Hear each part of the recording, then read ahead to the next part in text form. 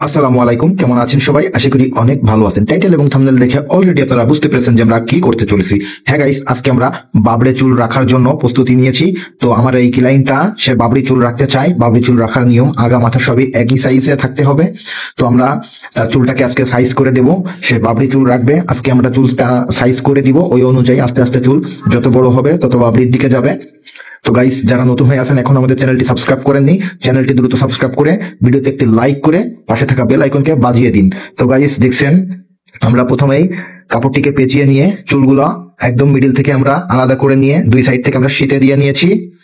So দেখুন, আমাদের এই ক্লায়েন্টকে আমরা আজকে চুলটা সাইজ করে দিব। তার একটা ফার্স্ট লুক দেখে নিন।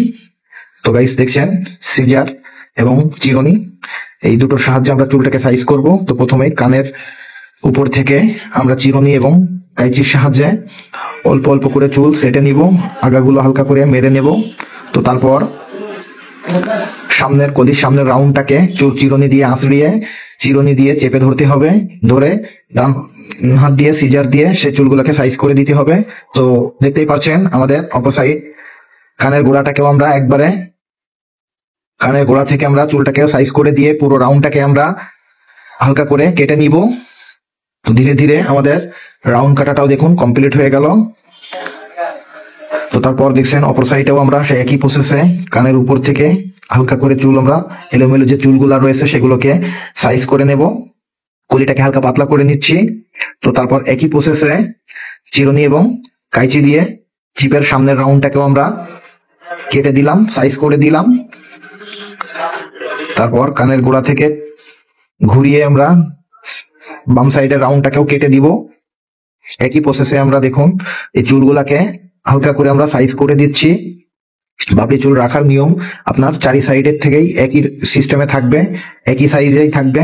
তো আমাদের এই চুলটা তো অত বড় এখনো হয় নাই, তো আমরা প্রস্তুতি নিচ্ছি, আগামীতে অবশ্যই বাবরি চুল হয়ে যাবে। সো যারা ভিডিওতে এখনো লাইক করেনি দ্রুত একটি লাইক করে দিন। তারপর দেখুন পিছ থেকে আমরা চিরুনি ধরে চুলগুলাকে টেনে ধরে আমরা সাইজ করে দিব।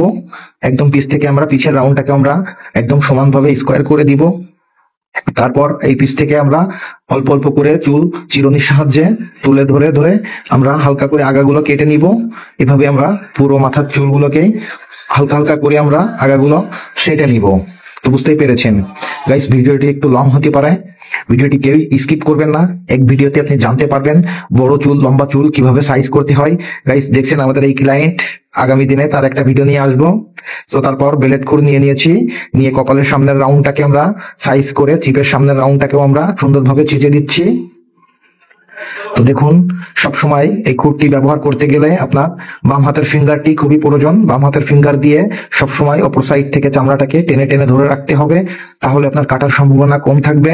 তো দেখুন, আমরা খুরের সাহায্যে সাইডের রাউন্ডটাকে আমরা সুন্দর করে চেঁচে নিচ্ছি।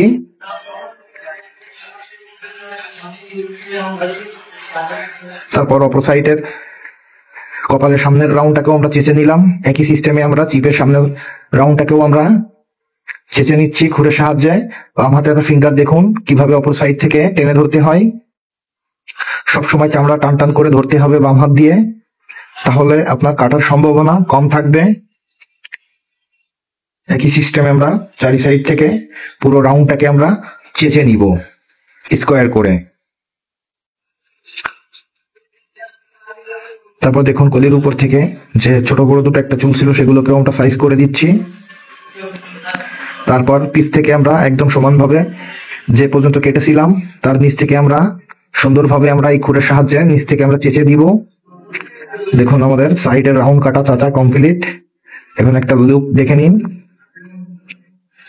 আর গাইস, যারা আমাদের কাছ থেকে হেয়ার কাটিং এর কাজ করা শিখতে চান তারা অতি দ্রুত আমাদের সাথে যোগাযোগ করতে পারেন। আমরা আমাদের এই ইত্যাদি হেয়ার কাটে আমরা 2 মাসের প্রশিক্ষণ দিয়ে থাকি।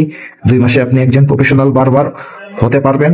তো তারপর দেখছেন আমরা ক্লিপিং গুলো খুলে নিয়েছি, নিয়ে একবারে সামনে থেকে সামনের বাম সাইড থেকে অল্প অল্প করে চুল আমরা হাতের সাহায্যে ধরে ধরে চিরুনি এবং কাঁচি দ্বারা সাইজ করে দিচ্ছি। উপরের লম্বা চুল সবসময় হাতে ধরে কাটার নিয়ম হচ্ছে আপনার 3টি স্টেপে উপরের চুলগুলো ভাগ করে নিয়ে কাটতে হবে। এখন দেখুন মিডিল স্টেপ চলছে। বাম সাইড ফার্স্ট বাম সাইড, তারপর মিডিল, তারপর ডান সাইডের চুলগুলোকেও কাটতে হবে। এই যে ডান সাইডের চুলগুলো আমরা এই যে 3 নাম্বার লেয়ার 3 নাম্বার লেয়ারটাকেও আমরা ধরে ধরে হালকা করে আমরা আগাগুলো ছেটে দিচ্ছি। আমাদের ক্লায়েন্ট চুল বড় করতে চাই, তো তার মাঝে একটু যদি চুলটা সাইজ করা হয়, আগাগুলো কেটে দেওয়া হয়, তাহলে চুলগুলা অতি দ্রুত লম্বা হওয়ার সুযোগ থাকে এবং ভালো থাকে। আপনার চুলগুলা যত ফেটে যাবে তত চুলগুলো আপনার নষ্ট হয়ে যাবে। এই জন্য চুল সবসময় মাসে একবার হলেও চুলের আগাগুলো কাটা খুবই প্রয়োজন। আপনার চুলগুলা ভালো থাকবে, সুস্থ থাকবে। তো তারপর দেখুন, আপনার সামনের চুলগুলাকেও আমরা চিরুনি দ্বারা সামনের দিকে আঁচড়িয়ে নিয়ে আমরা হালকা হালকা করে আগাগুলাকে আমরা ছেটে দিচ্ছি। গাইস, এখনো যারা আমাদের ভিডিওতে লাইক করেনি, দ্রুত একটি লাইক করে দিন। আপনাদের একটি লাইকে আমরা অনুপ্রাণিত হয়ে থাকি। তো তারপর দেখছেন, এটা হচ্ছে থিনার কেচি, খিল কেচি। অবশ্যই এই কেচিটাও আপনারা অনেকেই চিনেন। এখন আমরা এই খিল কেচি দিয়ে চারি সাইড থেকে আমরা চুলগুলা একটু পাতলা করে নিব। দেখছেন আমরা কিভাবে এই খিল কেচিটা অ্যাপ্লাই করতেছি। আপনার একবারে চুলের মিডিল থেকে আমরা ধরতেছি অল্প অল্প করে। আপনার চুলের এই সিজারের কাজ হচ্ছে চুলকে পাতলা করা। যদি আপনার 10টা চুল থাকে, সেখান থেকে 2-3টে কেটে যাবে। আপনার চুল লম্বাই থাকবে, বড়ই থাকবে, কিন্তু কিছু চুল কমিয়ে পাতলা করে দেওয়া হচ্ছে। অবশ্যই বুঝতে পেরেছেন এই কাটা কাইচির কাজটা কি।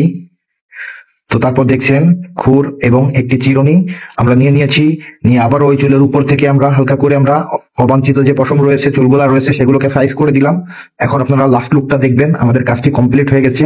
তো দেখুন আমাদের লাস্ট লুকটা। অবশ্যই আমাদের ভিডিওটি যদি আপনার কাছে উপকারিত হয়ে থাকে, তাহলে একটি ভিডিওতে লাইক করবেন, একটি কমেন্ট করবেন, আর চ্যানেলটি সাবস্ক্রাইব করা না থাকলে আমাদের চ্যানেলটি সাবস্ক্রাইব করে রাখবেন।